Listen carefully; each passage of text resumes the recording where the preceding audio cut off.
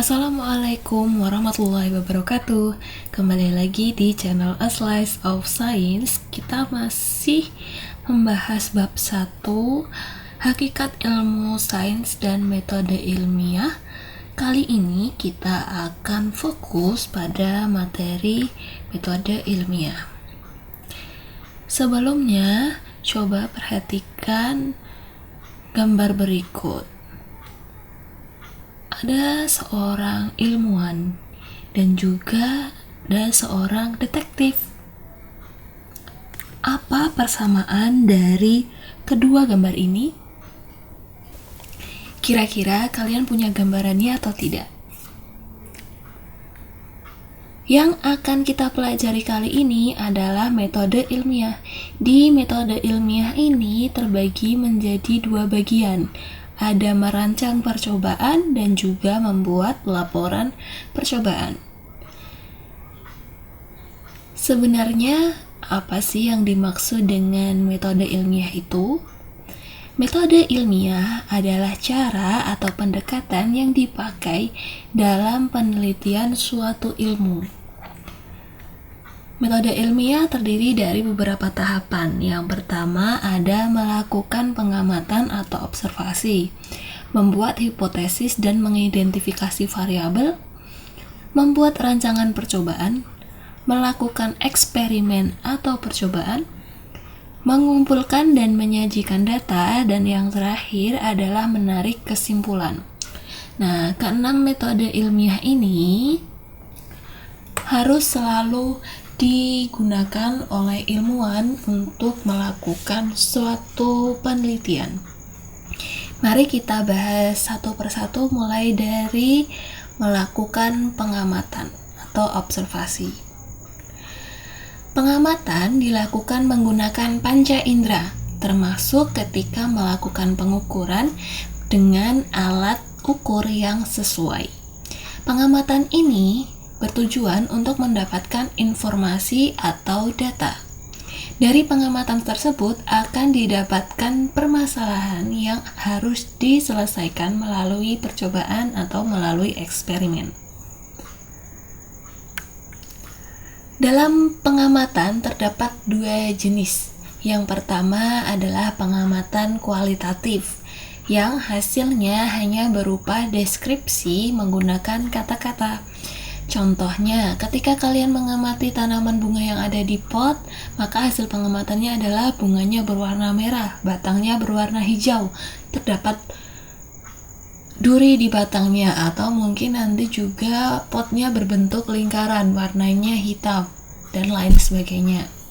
Kemudian, jenis yang kedua adalah pengamatan kuantitatif, yaitu hasil pengamatan yang dinyatakan dengan angka.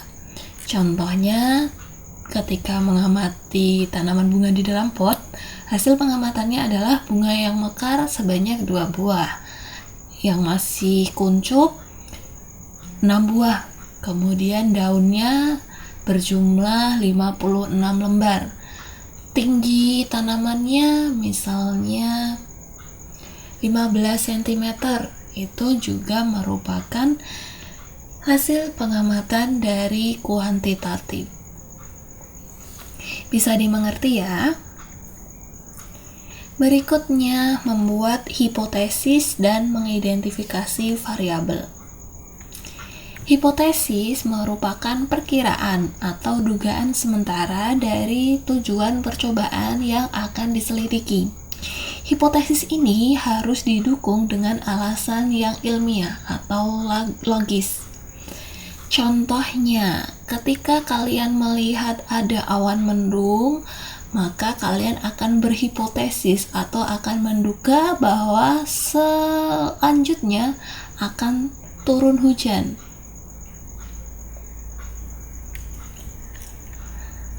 Variabel. Nah, variabel ini adalah faktor, kondisi, atau unsur yang dapat berupa angka maupun jenis. Di dalam sains atau di dalam percobaan terdapat 3 jenis variabel.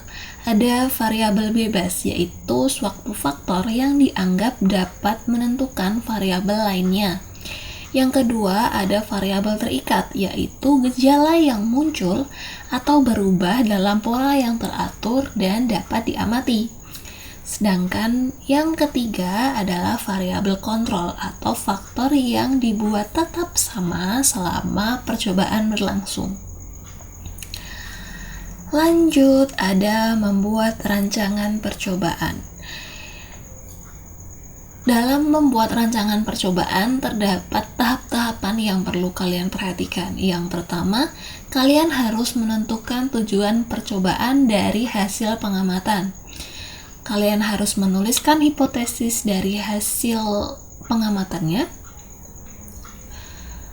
lalu mengidentifikasi variabel-variabel terkait dalam percobaan, mendaftar alat dan bahan yang diperlukan, serta menuliskan prosedur percobaan. Setelah kalian membuat rancangan percobaan ini, kalian akan melanjutkan pada melakukan eksperimen atau melakukan percobaan. Eksperimen dilakukan untuk menguji hipotesis yang sudah dibuat sebelumnya. Dari eksperimen yang dilakukan, akan dihasilkan sebuah data yang dapat diolah dan dianalisis sesuai dengan tujuan percobaannya. Lalu ketika datanya sudah kita peroleh, maka selanjutnya kita harus menyajikan data. Hasil dari data eksperimen ini disajikan dalam bentuk yang mudah dipahami oleh pembaca. Hasil dapat disajikan dalam bentuk tabel ataupun dalam bentuk grafik. Tabel bentuknya seperti ini, kemudian grafik bentuknya seperti ini. Untuk tabel dan grafik secara umum memiliki beberapa jenis ya, tidak harus sama seperti ini pembuatan grafik dan tabelnya. Lalu yang terakhir adalah menarik kesimpulan. Kesimpulan dibuat berdasarkan data yang dihasilkan dari percobaan. Kesimpulan ini merupakan jawaban dari tujuan percobaan yang telah dirumuskan sebelumnya. Kesimpulan akan menyatakan apakah hipotesis yang sudah dibuat tadi diterima atau ditolak. Nah, tadi kita sudah membahas 6 tahapan dari metode ilmiah. Ada satu tahapan yang belum kita jelaskan secara lebih rinci, yaitu tahapan merancang percobaan. Tadi ada 5 tahapan ini, mari kita bahas satu persatu supaya kalian lebih paham lagi apa yang dimaksud dengan tahapan dalam merancang percobaan. Dalam merancang percobaan, kalian akan diminta untuk membuat tujuan percobaan yang ditentukan setelah kalian melakukan pengamatan, di mana pengamatan itu harus menggunakan panca indera. Dari pengamatan tersebut akan muncul pertanyaan berupa masalah yang akan diteliti atau juga dapat disusun dalam bentuk pernyataan yang akan diuji yang kita sebut dengan yang namanya tujuan percobaan. Nah, bisa kalian perhatikan di sini.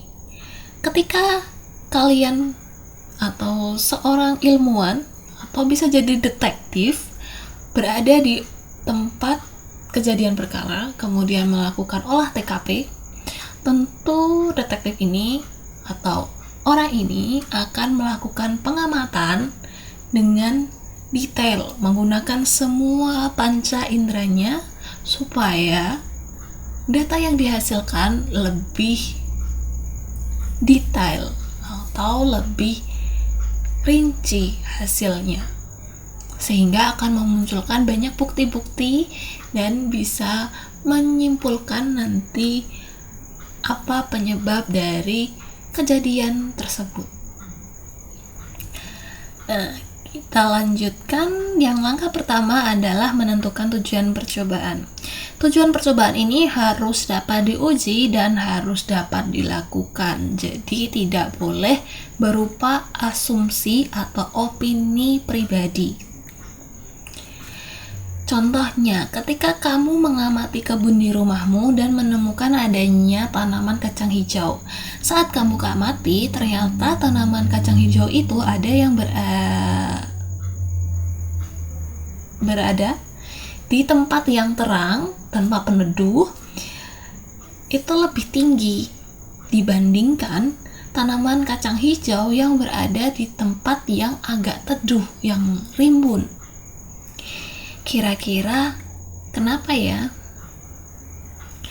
Dari hasil pengamatan kalian ini, kalian bisa menentukan tujuan percobaan atau permasalahan yang perlu kalian teliti. Contoh, ketika kita menuliskan dalam pernyataan atau dalam pertanyaan dalam bentuk rumusan masalah, bagaimana pengaruh intensitas cahaya matahari terhadap pertumbuhan tanaman kacang hijau? Atau ketika ditulis sebagai tujuan percobaan menjadi menyelidiki pengaruh intensitas cahaya matahari terhadap pertumbuhan tanaman kacang hijau. Selanjutnya kita harus merumuskan hipotesis. Hipotesis merupakan perkiraan atau dugaan sementara dari tujuan percobaan yang akan diselidiki. Contohnya tadi, kalau kalian ketemu dengan awan mendung, maka kalian akan berhipotesis atau menduga bahwa sebentar lagi akan turun hujan. Dari contoh pengamatan tadi, kita bisa membuat hipotesis. Semakin tinggi intensitas cahaya matahari, maka semakin tinggi pula pertumbuhan tanaman kacang hijau. Setelah kalian merumuskan hipotesis, maka langkah berikutnya kalian menentukan variabel-variabel. Para ilmuwan itu menyelidiki hubungan sebab dan akibat yang terjadi dalam kehidupan sehari-hari. Mereka merancang percobaan untuk mengubah suatu kondisi yang mengakibatkan hal lain juga berubah. Tadi sudah disebutkan di depan ada 3 variabel, variabel bebas, terikat, dan kontrol. Contoh dari percobaan yang tadi, tujuan percobaan yang sudah kita sebutkan di awal tadi, maka kita bisa analisis apa saja variabel yang terkait. Menyelidiki pengaruh intensitas cahaya matahari terhadap pertumbuhan tanaman kacang hijau, maka variabel bebasnya adalah intensitas cahaya matahari. Variabel yang kita ubah-ubah, ada yang di tempat terang, ada yang di tempat redup, atau yang ada di tempat gelap. Kemudian variabel terikatnya adalah pertumbuhan tanaman kacang hijau yang akan kita amati setelah kita ubah posisinya itu apa. Nah, itu merupakan variabel terikat. Sedangkan variabel kontrol yang harus kita jaga agar tetap sama selama percobaan berlangsung, contohnya ada jenis tanaman harus menggunakan tanaman kacang hijau, ukuran biji yang akan ditanam, air, tanah, pupuk, dan masih banyak lainnya. Setelah kalian menentukan variabelnya, maka kalian bisa menuliskan daftar alat dan bahan yang diperlukan selama percobaan berlangsung. Contoh alat ada sekop, pot, ember, mistar atau pita ukur, alat tulis, dan masih banyak lainnya. Sedangkan contoh bahan ada 2 biji kacang hijau, tanah, air, pupuk, dan juga nanti masih banyak yang lain. Setelah kalian membuat daftar alat dan bahan yang diperlukan, maka kalian perlu menuliskan prosedur percobaan. Prosedur percobaan merupakan urutan langkah-langkah yang akan dilakukan dalam percobaan. Contohnya, menyiapkan alat dan bahan, kemudian merendam 2 biji kacang hijau yang ukurannya sama ke dalam air hangat selama setengah jam. Mengisi pot yang telah diberi label A dan B dengan tanah. Menanami setiap pot dengan biji kacang hijau. Meletakkan pot berlabel A di tempat yang terkena sinar matahari dan pot berlabel B di tempat yang teduh. Menyirami setiap pot dengan air bervolume sama setiap hari. Mengamati dan mengukur tinggi kacang hijau setiap hari selama 14 hari. Dan yang terakhir, menuliskan hasil pengukuran. Nah, ini merupakan contoh prosedur percobaan yang bisa kalian rancang. Setelah kalian selesai melaksanakan kelima tahapan ini, maka kalian sudah selesai merancang percobaan. Kalian sudah bisa melakukan percobaan sesuai dengan rancangan percobaan yang telah kalian buat. Lalu, setelah kalian melaksanakan percobaan, apa yang harus dilakukan? Yang harus dilakukan adalah membuat laporan hasil percobaan. Caranya dengan menyajikan data percobaan serta menarik kesimpulan apakah hipotesis yang kamu buat diterima atau ditolak. Percobaan atau penelitian dilaporkan secara lengkap, meliputi di situ ada rancangan percobaan dan juga hasil percobaannya seperti apa. Sehingga laporan hasil percobaan itu bisa dituliskan sistematikanya seperti ini. Yang pertama, tujuan percobaan, kemudian hipotesis, variabel, alat dan bahan, prosedur percobaan, pengumpulan dan pengolahan data hasil percobaan, serta yang terakhir adalah kesimpulan. Nah, untuk mengecek apakah kalian sudah paham terhadap materi kali ini, mari kita berpikir secara kritis.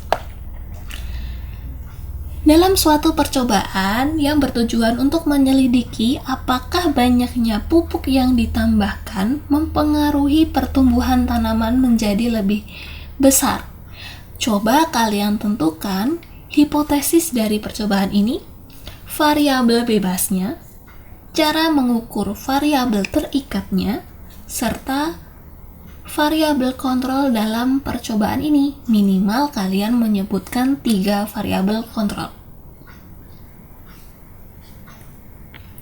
Terima kasih kalian sudah menyimak video ini. Sampai bertemu di video berikutnya. Wassalamualaikum warahmatullahi wabarakatuh.